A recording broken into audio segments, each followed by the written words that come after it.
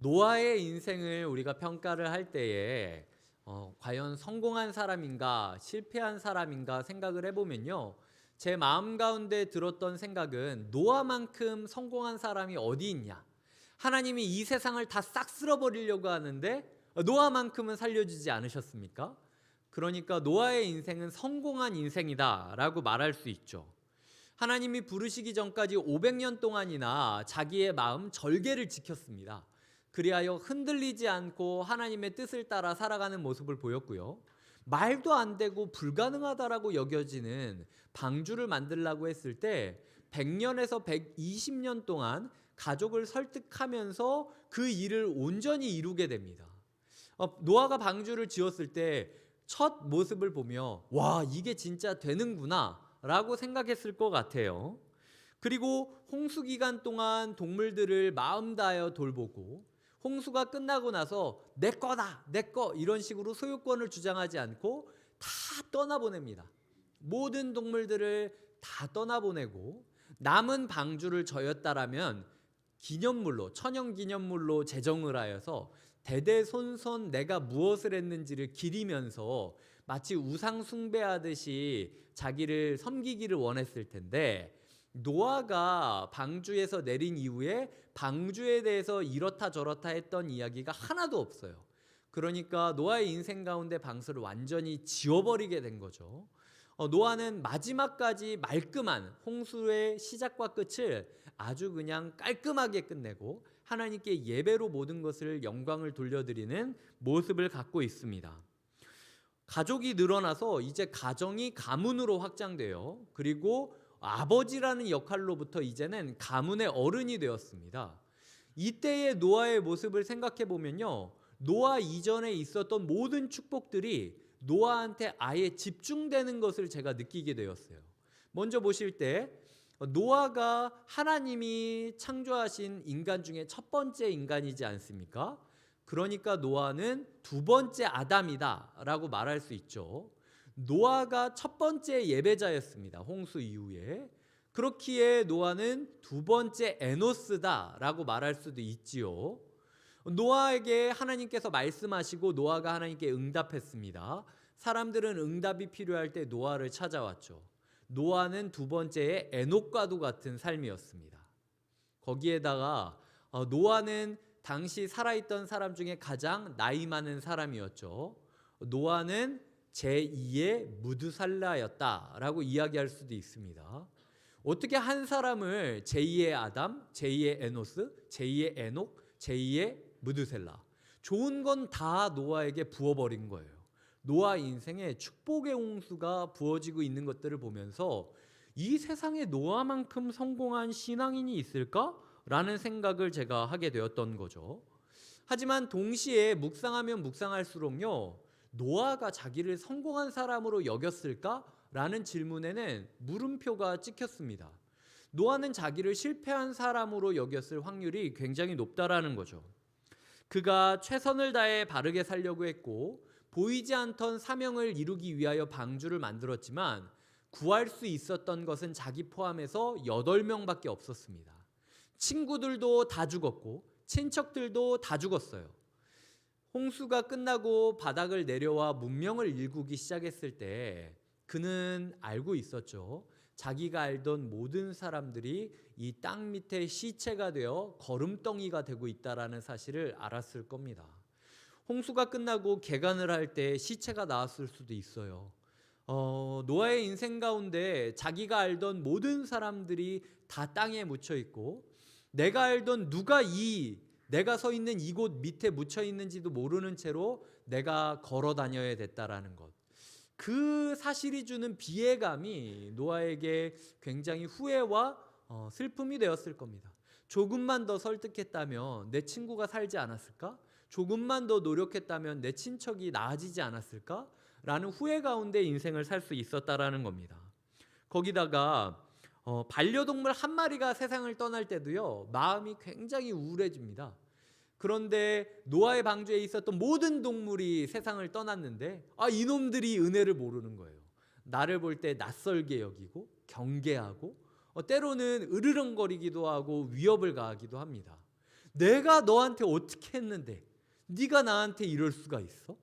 내가 여태까지 베풀었던 은혜가 있기 때문에요. 저 사람이 나에게 조금이라도 안 좋은 기색을 드러내면 나를 싫어하는 게 아니라 그냥 컨디션이 안 좋은 건데도 불구하고 마음 가운데 불쾌한 마음이 드는 겁니다. 내가 너한테 어떻게 했는데. 이 억울한 마음이 마음 가운데 계속 이어졌을 확률이 높다라는 것이죠. 거기다가 자녀들은 다 바쁩니다. 방주에 만들 때는 방주를 만들어야 된다. 내가 하면은 다 뚝딱뚝딱 내 지시에 따라서 만들었던 아이들인데 이제 다 컸다고 나는 뒷방 어르신 취급하면서 아주 그냥 자기들끼리 뭐 보면은 뭐 온 땅에 퍼지도록 문명을 이루고 에녹성에서 있었던 모든 기술들을 선용할 수 있는 방법이 뭐가 있는지 찾아가면서 열심히 일하는 거예요. 나도 돕고 싶지만 내 육체가 연약하고 나이가 들었기 때문에 아이들이 계속 나한테 조심해라. 그냥 살아만 계셔라.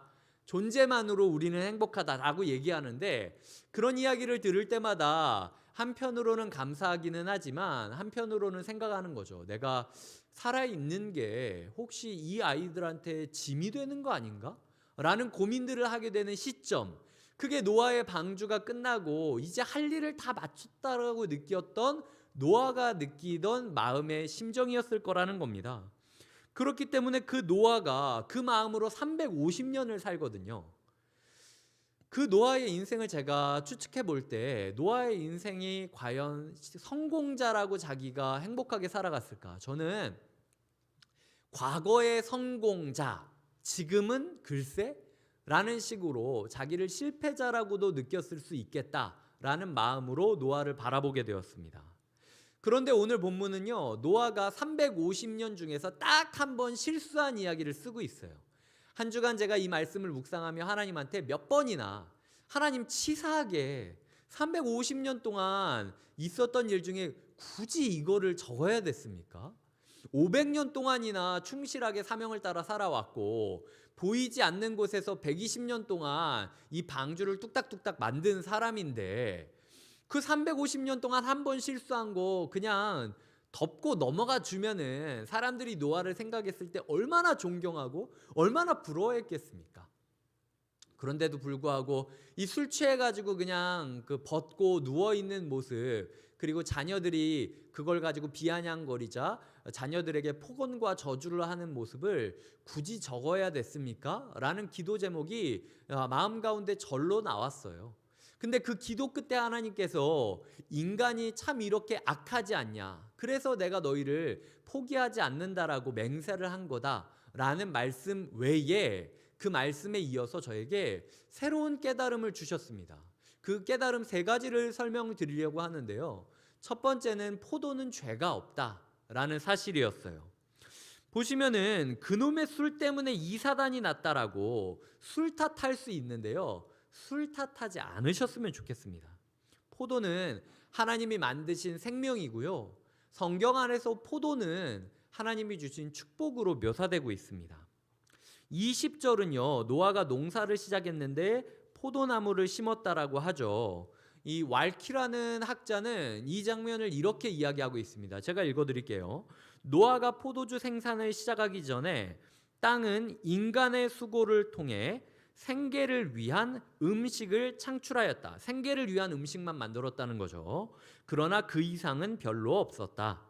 이제 노아는 땅을 경작하여 포도주를 생산하였고 포도주는 사람의 마음을 즐겁게 하고 위로하고 유쾌하게 한다라고 학자가 이야기를 한 겁니다. 생각해 보겠습니다. 당시에는 병원이 없었어요. 그리고 약국도 없었습니다.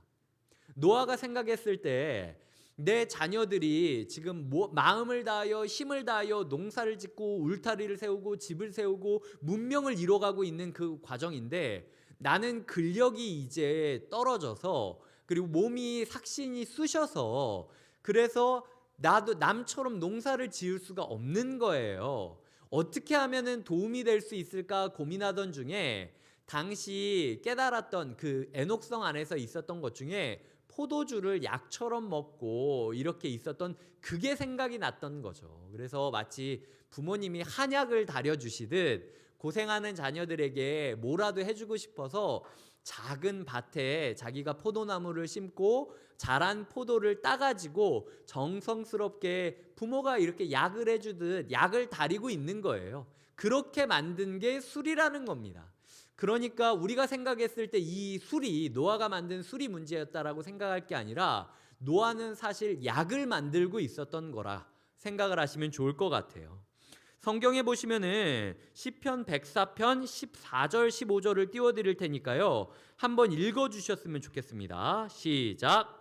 그가 가축을 위한 풀과 사람을 위한 채소를 자라게 하시며 땅에서 먹을 것이 나게 하셔서 사람의 마음을 기쁘게 하는 포도주와 사람의 얼굴을 윤택하게 하는 기름과 사람의 마음을 힘있게 하는 양식을 주셨도다. 네, 보면 사람의 마음을 기쁘게 하는 포도주와라고 이야기를 하죠. 성경도 포도주가 사람의 마음을 기쁘게 하는 축복의 통로다라고 이야기를 하고 있는 겁니다. 노아 마음이 위로자예요. 노아 이름이 위로자입니다. 그러니까 노아의 인생 가운데 노아가 평생 하나님의 마음을 위로하기 위해 살았고 사람들의 마음을 위로하기 위해 살았는데 지금 그 사명을 이어가기 위해 가족들이 어떻게 하면은 조금 위로받을 수 있을까 생각했다가 만든 게 포도주라는 거죠. 그런데 그 포도주를 마시다가 취해서 자버렸던 게 벌거벗어서 잤던 게 문제라는 겁니다. 예수님을 생각해 볼게요. 예수님이 세상에 오셔서 첫 번째로 행했던 기적이요. 가나의 혼인잔치에서 물을 포도주로 바꾼 일이었습니다. 예수님이 행했던 첫 번째 포지션은 양조업자 맞죠? 술 만드는 사람이 됐던 게 예수님이 세상에서 첫 번째로 자기를 드러냈던 방식이었다라는 거죠. 예수님이 세상을 떠나기 전에 마지막으로 했던 일이 술잔을 나누는 일이었습니다. 그리고 그거를 평생도록 기념해라 라고 해서 성찬식이 이루어졌다라는 거죠. 사람들이 예수님이 먹고 탐하고 술 마시기를 좋아했다라고 이야기하는 게 허언이 아니라는 거예요. 예수님도 사람의 마음을 위로하고 달래고 축하하기 위해선 어느 정도 이 포도주라는 것이 필요하다라는 사실을 알았던 거죠. 그래서 당시 포도주를 가리켜 사람들은 신의 음료수라고 부르기도 했습니다. 고대 그리스 로마에서는 그것을 귀족들만 마실 수 있는 거라고 이야기할 정도로 정말 귀한 걸로 여기기도 했다라는 거예요. 그런데 중요한 것은 이게 또 제가 자료를 찾다 보니까 한국의 술이 처음 이 한국의 포도 양조용 포도나무를 처음 심었던 분들이 천주교 사제였다라는 글도 제가 찾게 되었습니다. 1906년에 독일의 성 베네딕투스 수도의 수사들이 오틸리엔이라는 곳에서 처음으로 포도나무를 가져다가 지금 서울 해화동에 있는 동성고등학교 지금의 축구 운동장 거기 운동장에다 카톨릭 재단 학교니까 거기다가 이제 포도나무를 심고 포도를 키워서 술을 만들어서 성찬식을 시행했다라고 하는 기록이 있는 거죠. 대한민국의 포도주를 제일 먼저 가져왔던 사람들이 누구냐? 천주교 사제들이었다라고 이야기를 하고 있는 겁니다. 그런데 하나님께서 주신 모든 것이 죄가 없는데 중요한 건 아무리 좋은 거라도 지나치면 독이 된다. 이게 제가 느꼈던 두 번째 교훈이었어요. 그 좋은 목적으로 시작된 축복의 선물도 지나치면 독이 된다라는 겁니다. 창세기 9장 21절에 보면 포도주를 마시고 취하여 벌거벗었다라고 이야기를 하는데요. 노아의 모습을 세 가지 행동으로 표현하는데 마셨다, 취했다, 벌거벗었다 라고 이야기를 하고 있는 거죠. 마시는 거는 당시 사회에서 약이 될 수도 있기 때문에 괜찮다라고 제가 이야기를 드렸어요. 너무 나쁜 걸로만 여길 것은 아니다 이야기를 드렸습니다. 하지만 취한 것부터가 문제였다는 거예요. 자, 그렇다면 제가 지금까지 했던 제 이야기를 들으며 이 자리에 신분을 숨기고 살아가셨던 그 음주 애호가께서는 얼마나 마음이 기쁘시겠습니까? 드디어 강단에서 내가 마셔도 된다. 포도주가 이렇게 선하다고 하지 않냐. 제가 아는 어떤 분은 제가 목사로서 신방을 하다가 취미가 뭐냐고 하니까 와인 수집하는 게 취미라고 하신 분도 있어요. 그래서 저한테 유명한 서울의 와인바들이 어디 있는지를 설명해 주시면서 뭐 하여튼 뭐 이렇게 이야기하시는 분도 있는데 아주 그냥 오늘 기분 좋아서 드디어 됐다 생각할 수도 있겠지만요. 대부분 제가 술 취하는 문제에 대해서 이야기를 나누고 지켜보다 보면요. 자기가 취하지 않았다라고 얘기하면 취한 분들이 꽤 많이 있어요. 그러니까 본인은 저는 취하기 전에 멈춥니다라고 이야기를 하지만요. 제가 분명히 봤을 때는 지금 취한 상태거든요. 근데 안 취했다라고 얘기하는 거예요. 그래서 괜찮다고, 나 안 취했다고 하면서 비틀비틀거리는 모습을 보여주고 있다라는 거죠. 우리 가운데 아무리 좋은 거라 할지라도 그 한 방울 한 방울 마시는 게 아무리 마음을 편안하게 해주는 거라 할지라도 그것이 적정 수준을 넘게 되면은 자기를 무너뜨리고 자아를 상실해서 자기가 옷을 벗은지도 모르는 상태로 부끄러운 행동을 하게 만드는 게 과잉 섭취, 중독이라고 이야기할 수 있다라는 겁니다. 저는 술을 마시지 않습니다. 그리고 사람들한테 술을 마시지 말라고 이야기하기도 해요. 하지만 그런 저에게 이 본문이 떳떳하게 다가오느냐? 그렇지 않아요. 제가 한 주 동안 이 본문을 묵상하면서 몇 가지를 생각해 봤는데 함께 좀 생각을 해보도록 하겠습니다. 첫 번째로요. 제가 한 주 동안 마셨던 커피와 카페인 음료를 생각해 보면요. 그냥 누군가가 그걸 다 쌓아놓고 여기다가 이렇게 진열을 해두면요. 저한테 그럴 거면 그냥 술을 마셔라고 그렇게 얘기할 거라는 확신이 제가 듭니다. 왜냐하면은 어떻게든 일을 하고 싶고 어떻게든 잠을 자고 싶지 않고 어떻게든 이거를 끝내야 되기 때문에 그 제 불안감이 계속 커피를 마시고 이게 기호식품으로 있는 게 아니라 이걸 마시지 않으면 죽을 것처럼 들이마시고 있는 저를 보고 있다라는 거예요. 그래서 피곤한데도 어떻게든 잠을 자지 않고 뭔가 설교를 준비하고 뭘 훈련을 준비하고 이랬는데 피곤하니까 제대로 되겠습니까? 제대로 잘 안 되고 마음에 안 들고 그러니까 더 자기를 채찍질하면서 더 마시고 잠을 자지 않으면서 뭔가를 준비하고 그러니까 더 뭔가 마음에 들지 않고 이게 쌓이고 쌓이다 보니까요. 이번 주에 이제 막판에는 제가 진짜 한 번이라도 제가 마음 편히 눈을 감고 자보고 싶다라고 이야기할 정도로 그거 누가 안 재우는 겁니까? 제가 안 자는 건데? 그런데도 불구하고 제 마음 가운데 그런 고백들이 나오는 것들을 제가 경험해 보았다라는 거죠. 커피가 나쁜 게 아니고요. 카페인 음료가 나쁜 게 아닙니다. 정 필요할 때는 약처럼 이게 우리 가운데 도움이 될 수 있다라는 거죠. 하지만 그게 과잉 섭취되니까 아무리 좋은 거라도 저에게 도움이 안 됐다라는 겁니다. 두 번째로 제가 떠올렸던 것은 이 핸드폰 카카오톡 메신저였습니다. 제가 카톡 소리가 딱 났을 때 불안해하는 모습을 보는 거예요. 제가 뭐 일을 하거나 신방을 하거나 이럴 때 딱 소리가 나면은 집중하고 있어야 되지 않습니까? 별거 아닐 수도 있어요. 기다려 주겠죠. 하지만 제 마음 가운데 저거를 받지 않으면 안 될 것 같다는 강박 약간 그런 게 생긴 거예요. 혹시라도 내가 메시지를 보내셨는데 확인을 늦게 하면은 나를 마치 그 사랑이 없는 목사로 판단할까 봐. 그래서 불안해하고 있는 저의 모습을 솔직하게 발견하게 됐던 거죠. 그렇게 불안에 쫓기면 쫓길수록 이 카톡이 굉장히 좋은 거잖아요. 이거 없었으면 편지 보내고 전화하고 찾아가야만 되는 걸 문명의 혜택으로 말미암아 이렇게 하는 건데 제가 불안감을 오히려 느끼게 되고 문제거리가 되고 그리고 오히려 제가 카톡을 보냈는데 답이 없잖아요. 일이 계속 남아있잖아요. 너무 괘씸한 거예요. 내가 지금 이렇게 바쁜 중에서도 메시지를 보냈는데 어떻게 확인하지 않을 뭐 일을 할 수도 있고 잠을 잘 수도 있고 생각해 보면은 그냥 제 시간이 돼서 보낸 거지 미리 약속을 하고 그 시간대 보낸 게 아니에요. 그러니까 그분 마음 가운데 확인을 안 할 수도 있단 말이죠.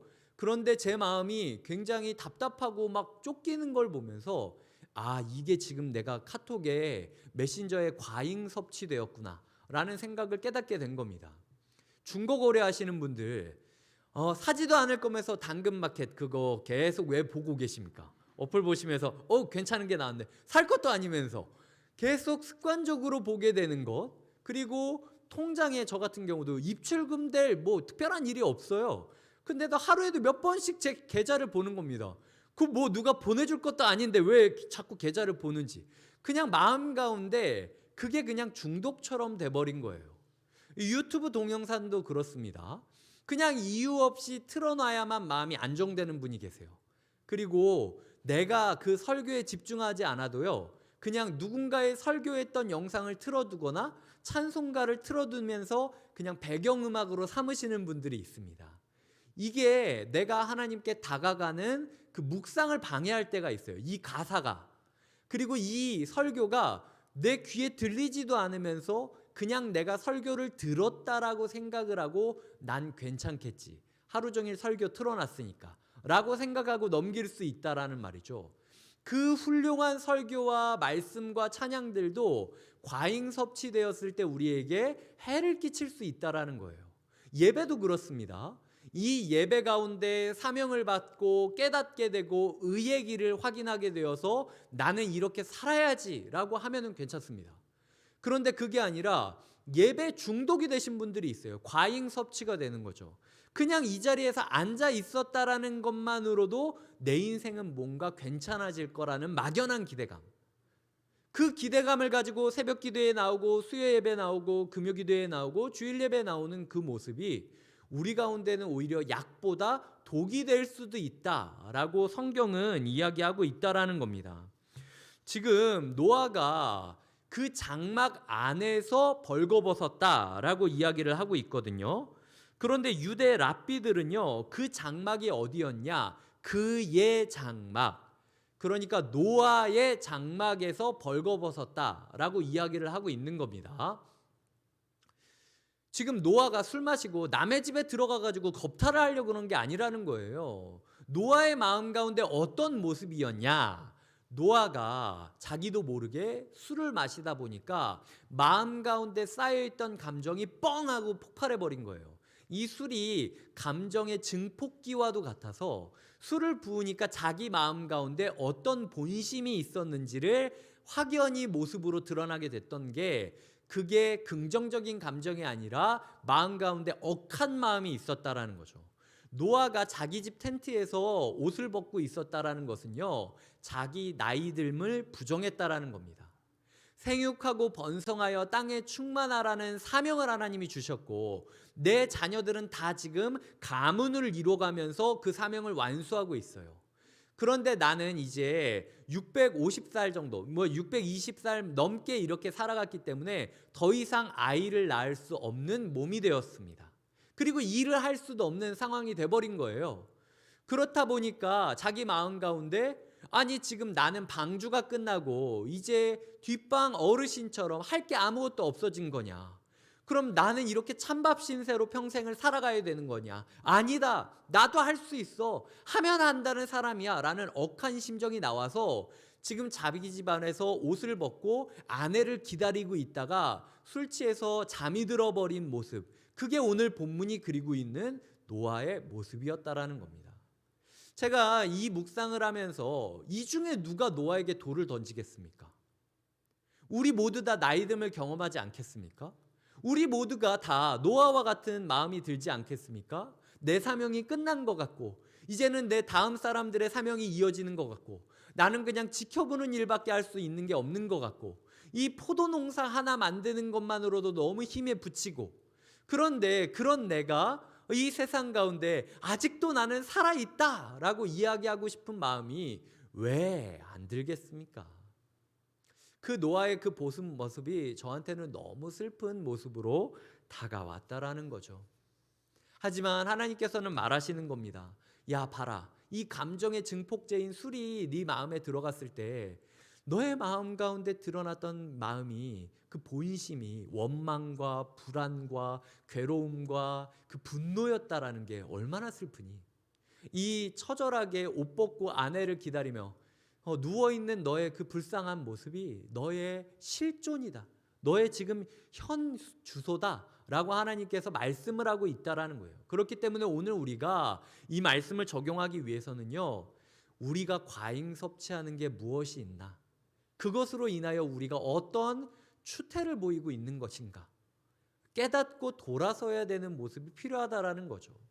세 번째로는요, 우리 마음 가운데 그렇다면 무엇을 채워야 되느냐? 예배, 꿈, 감사, 공동체가 필요하다라는 생각이 들었습니다. 한 주간 제가 노아를 보며 하나님께 주님, 그럼 노아가 술 취하지 말고 뭘 붙잡아야 되었습니까? 라고 기도를 했을 때 제 마음 가운데 있었던 네 가지 마음이었어요. 첫 번째, 예배입니다. 노아는요, 당시 가문 내 예배의 지도자였어요. 예배의 대표자였습니다. 제사장이었습니다. 그러니까 노아가 이 나무를 짊어지고 성을 쌓고 이런 거 못해도요, 노아가 예배를 제대로 드리지 않으면 이 집안이 바로 설 수 없었다라는 거죠. 자기의 역할이 바뀌어가고 있다라는 사실을 인정해야 된다라는 겁니다. 하나님께서 우리의 삶 가운데 매해 역할을 바꿔주실 수 있죠. 아이가 떠나간다고 좌절할 필요가 없다라는 겁니다. 나이가 든다고 좌절할 필요가 없다라는 겁니다. 내 역할이 바뀌어도 주눅들지 말라는 겁니다. 하나님께서는 예배에 집중한다면 네가 아니면 네 집안이 무너질 수밖에 없다. 네가 오늘 예배에서 승부를 걸지 않으면 너희 가문이 망할 수밖에 없다라고 말씀하시는 그 예배의 중요성을 꽉 잡고 있었다면요, 어떤 일이 있다 할지라도 노아는 취한 모습으로 누워있지는 않았을 거라는 겁니다. 내가 하나님을 만나야 한다. 오늘 내가 여전히 부족하고 무력하고 괴롭고 나이 들어간다 할지라도 나는 하나님을 만날 수 있다. 나만이 그 하나님을 만날 수 있다. 그 마음을 가질 때 오히려 가정이 바로 세워지고 공동체가 바로 설 수 있다라는 것이죠. 시간이 남아서 힘이 없어서 기도하는 게 아니라는 거예요. 그리고 시간이 남고 힘이 없어서 예배의 자리에 앉아 있고 그냥 내가 할 수 있는 게 이거밖에 없어요, 이렇게 얘기할 게 아니라는 거예요. 여기 계신 분들이 은혜 받지 않으면 우리 가족이 회복될 길이 없다라는 그 가치를 꼭 붙잡아야 된다는 겁니다. 두 번째로는요, 꿈을 붙잡아야 됩니다. 제가 한 주간 생각하면서 노아가 방주라는 꿈을 잃어버렸을 때 이렇게 됐다라는 걸 알았어요. 얼마나 초라합니까, 노아의 인생이. 방주라는 보이지 않는 꿈을 꾸면서 살아갔던 노아, 이제는 지구상에서 전후좌우 어디로든 확장할 수 있는 여지가 있는 삶이었어요. 그런데도 불구하고 지금 자기 한켠에 이 포도나무 심는 그 밭편만 생각하고 있었던 게 노아의 문제였다라는 거죠. 우리의 삶 가운데 제 12월을 돌아보며 제 마음이 왜 이렇게 헛헛하지라는 생각을 몇 주간 제가 했는데, 제가 이 말씀을 통하여 답을 찾았습니다. 제가 꿈을 잃어버린 거예요. 이전까지는 제가 부교역자로 사역을 시작하면서 좋은 담임 목사가 되고 싶다, 좋은 교회를 시작하고 싶다라는 꿈을 꾸면서 여기까지 달려왔습니다. 좋은 교회에 있고 싶었어요. 그리고 어느 날 1만 성도 파송운동이라는 초대장이 왔을 때 이게 노아의 방주구나 라는 생각이 들었던 거예요. 그래서 그 누구도 교회가 어디 세워질 거냐, 몇 명이 올 거냐, 너는 얼마 받기로 약속했냐, 아무 보장이 없었는데도 불구하고 노아의 방주를 짓는다라는 마음으로 여기까지 왔습니다. 그래서 지금 12월이 됐는데 이제 재정적으로도 자립하고 조직교회가 되고 법률적으로도 등록이 되었고 이제 누가 봐도 이렇게 빨리 자립한 교회가 있을까 싶을 정도로 방주가 지어져 버린 거예요. 그러니까 제가 꿈을 잃어버린 겁니다. 꿈을 잃어버리면요, 이 노아가 꿈을 잃어버리니까 가족 간에 누가 나를 비아냥거렸냐 만에 폭언하고 저주하고 이렇게 나가잖아요. 교회 안에 꿈을 잃어버리면요, 자꾸 안에 사람만 보입니다. 이 사람이 이 사람이랑 어울리네, 나는 이 사람이랑 같이 못 있겠네, 저 사람은 나를 왜 존중하지 않네, 이런 식으로 공동체 안에서 자꾸 관계적인 문제만 드러나고 교회가 그걸 수습하려고만 노력하게 되는 모습이요, 그거 다 꿈이 없어서 그런 거예요. 얼마 전에 영화 한산이라는 영화를 봤습니다. 이순신 장군의 한산대첩을 그린 영화인데 거기 일본인 군인 중에 한 사람이 머리가 이제 일본인이니까 변발처럼 이렇게 돼 있고 일본 옷을 입고 있던 사람이었어요. 그런데 이순신에게 투항을 하여 첩자가 되어서 들어간 겁니다. 그렇게 활동을 하다가 어느 날 민병대에게 붙잡히게 돼요. 사람들이 이 사람의 모습이 일본군의 모습이기 때문에 우리 편이냐 적군이냐 막 우왕좌왕하고 묶어두고 막 이러거든요. 그 사람이 우리 편인지 어떻게 깨닫게 되느냐? 내가 어떤 모습을 하고 있느냐가 중요한 게 아니라 누구한테 칼질을 하고 있느냐가 드러났을 때 이 사람이 우리 편인지가 확실히 드러나게 되는 거예요. 교회 안에서 죽어도 내가 인정하지 못할 사람 있죠. 내가 봤을 때 저 사람은 진짜 나랑 다르다라고 하는 사람이 있을 수 있습니다. 그런데 그 사람이랑 싸우게 되는 건요, 그 사람이 맞냐 내가 맞냐의 문제가 아니에요. 우리 둘 다 꿈을 잃어버린 겁니다. 공통의 적군이 생기면요, 나랑 다른 사람이 나와 함께 공격을 해주는 것만으로도 고마워요. 내가 할 수 없는 부분을 이 사람은 하게 될 거니까. 그런데 서로 칼을 휘두를 대상을 못 찾았기 때문에 자꾸 우리가 비슷한 애 많네, 뭐 헤어스타일이 어쩌네, 옷이 어쩌네, 이런 식의 이야기들만 나누고 있지 않냐. 너의 마음 가운데는 꿈이 있느냐? 한 주간 하나님께서 제 마음 가운데 물어보셨던 엄중한 질문이었다라는 거죠. 꿈이 없는 백성은 죽을 수밖에 없습니다. 하나님께서는 노아가 방주의 꿈이 끝났다면 이제 너는 제2의 아담으로서 이 땅을 어떻게 발전시킬 것인가 고민하고 꿈을 정해라. 이전까지의 꿈은 내가 주었지만 이제부터 너에게 자유롭게 내어주겠다. 어떤 꿈을 꾸든 내가 너와 함께 있어주겠다라고 약속하시는 주님께서 오늘 우리에게 다시 한번 꿈을 꿔라 라고 이야기를 하고 있다라는 겁니다. 세 번째로는 감사를 붙잡았어야 돼요. 노아 마음 가운데 감정의 증폭제가 있었을 때 이 불평과 원망이 일어났다는 게 노아에게 평생 얼마나 수치스러운 일이었겠습니까? 노아는요, 아담이 선악과를 따먹고 자기 몸이 벌거벗은 것처럼 여겨졌다라는 그 수치심에 대해 배웠던 사람이에요. 근데 지금 멀쩡한 선악과를 따먹은 것도 아니고 자기가 농사지은 포도를 따먹고 자기 옷을 벗을 정도로 수치스러워졌다? 노아의 마음 가운데 내가 진짜 감사가 없구나. 하나님이 나를 다시 살려주시고 가문의 어른으로 세워주셨는데 내가 힘이 들고 나이가 들었다라는 이유로 마음 가운데 감사를 잃어버렸구나 라고 생각하게 되었을 거라는 거죠. 우리의 삶에 감사를 붙잡는다면 결코 엇나가지 않을 거라는 겁니다. 마지막 네 번째가 공동체입니다. 노아가 술에 취해 그 옷을 벗었을 때요, 제가 했던 묵상처럼 우리가 함께 노아의 그 심정을 이해하고 문을 열었다면 그냥 조용히 다가가서 노아의 몸에 옷을 덮어줬어야 돼요. 그러니까 노아의 아들들이 나중에 그걸 가지고 할 때 노아의 아들이 이렇게 옷을 그냥 덮어주고 모른 척 슬쩍 나가지 않습니까? 그 나이 들어가는 부친의 그 마음을 헤아렸던 거죠. 그런데 노아의 곁에는 문제를 은혜로 덮는 게 아니라 문제를 문제로 오히려 드러내면서 이거 봐라 이렇게 문제에 있다 비아냥거렸던 공동체와 함께 했다는 게 문제였다는 거예요. 문제를 문제로 여기지 않으면 문제가 되지 않는다. 제가 목회하면 할수록 깨닫게 되는 내용입니다. 문제도 은혜로 덮으면 은혜의 소재가 될 수 있다는 거예요. 하나님께서 오늘 우리에게 어떤 공동체를 주셨는가? 우리가 누구와 함께 공동체 생활을 하는가? 다른 사람의 문제를 어떻게든 끄집어가지고 막 이렇게 비아냥거리는 사람들과 있는가?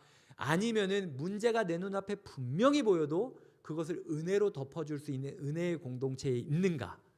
우리가 예배를 붙잡아야 되고 꿈을 붙잡아야 되고 감사를 붙잡아야 되고 공동체를 붙잡을 때 우리는 다시 한번 소망을 가지고 제2의 도전을 할 수 있게 된다. 이것이 하나님께서 오늘 우리에게 주시는 말씀이라는 것이죠. 하나님께서 오늘 우리에게 이야기하고 있습니다. 나이 들고 쓸모없어진 나, 선악과를 먹고 벌거벗음을 깨달았던 아담 이야기를 들었음에도 불구하고 노아는 제2의 기회를 이렇게 놓쳐버리게 되는 거예요. 하나님께서 12월을 주셨습니다. 12월은 끝나는 시기가 아니에요. 1월을 준비하는 시기입니다. 하나님께서 올해를 이렇게 성공적으로 매듭지었다고 해서 포기하지 않기를 원하십니다. 이제 우리는 다음 꿈을 향해서 걸어가야 될 시간이에요. 우리가 손 닿으면 무궁무진한 꿈이 있습니다. 하자고만 하면 할 수 있는 게 너무나도 많아서 오히려 고민인 상황이죠. 이 상황에서 우리가 무엇을 붙잡고 무엇을 놓고 있는지 진지하게 결산하시는 결산의 때가 되길 주님의 이름으로 축복드립니다. 함께 일어나서 찬양하며